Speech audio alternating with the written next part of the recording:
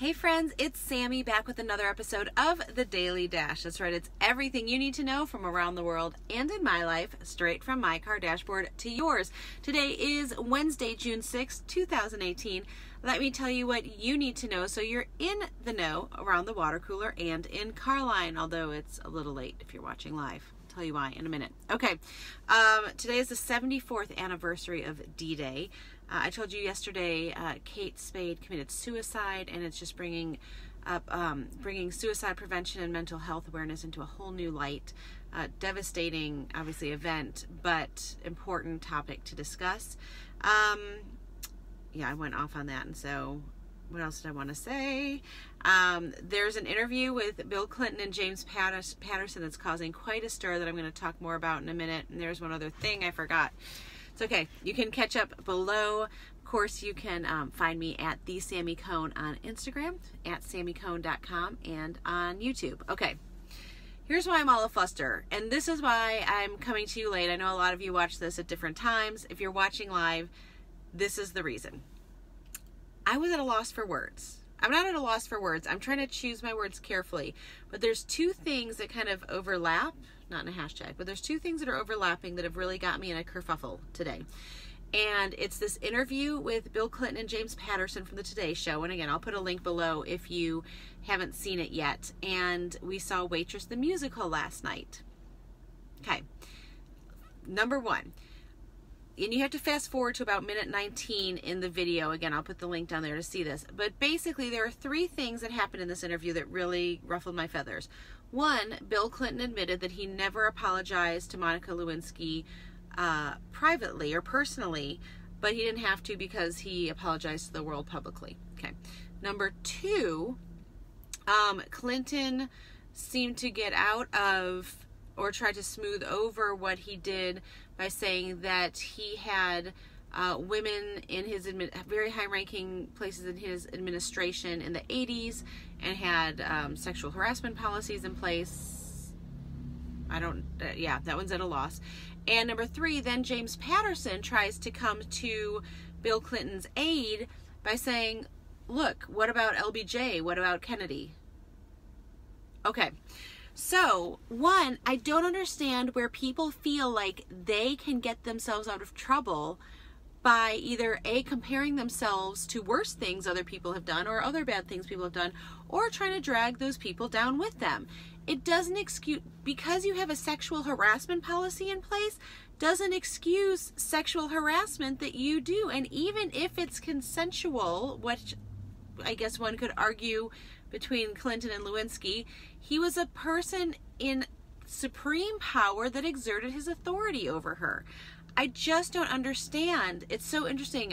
As someone that is a sexual, not just sexual harassment, whatever, as a victim, as a survivor, whatever we want to say, it's interesting in talking about these things. There's so many things I didn't report. There's so many things I did report as a woman in the marketplace, just in life, in college. It's incredible. And so for someone to minimize, whether it's male or female, saying that it's okay or I should be excused because other people did this or this was 20 years ago, shame on you is all I'm going to say.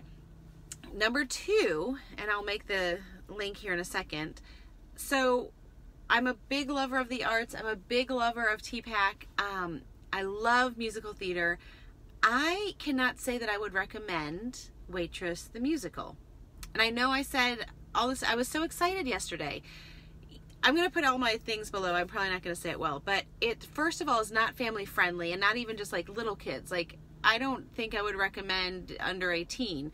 There's a lot of sexual suggestion, there's cursing, and there's a lot of, no clothes come off, there's not sexual acts on stage, but it's like everything leading up to. And so it's very, it's kind of beyond suggestive. I mean, it's not crude, but it goes there. So there's that. The female lead, I don't know her accent. I kept looking at my husband. I'm like, what accent is she trying to do? It sounded like she was trying to be like Winona Judd, but it kind of kept coming in and out. The swing ensemble cast was really distracting. It almost seemed like an SNL parody of a school play. The supporting cast was excellent, phenomenal. Like, there are two characters I would go see a spinoff of just them. They were so good. But yeah, just a number of things. I really wouldn't listen to the soundtrack again, despite Sarah Bareilles' contribution to that. So that troubled me. But again, I feel like what I knew about Waitress was that it was created by this all-female powerhouse team. And in our era of Me Too, and not that this was created in response to that, but just what I thought was going to be something really encouraging and empowering seemed like the lowest common denominator of what you would do to try to have, girl power. There were multiple affairs that happened within the story. Not going to give anything away. But to me, it's kind of, if you've heard the phrase, hurt people, I don't like the insinuation that because you've been hurt or because something horrible is happening to you, it gives you the right to hurt someone else. And there was this pursuit of happiness going on, and definitely, again, I don't want to give things away. It doesn't mean you stay in a bad situation, but it also doesn't mean that you hurt others to get to where you want. And that's kind of where the similarity between the whole Clinton interview and this, and it's just got me thinking a lot today. So I hate to say that I can't recommend the Waitress the musical, because I love to recommend things at TPAC or anywhere where you are.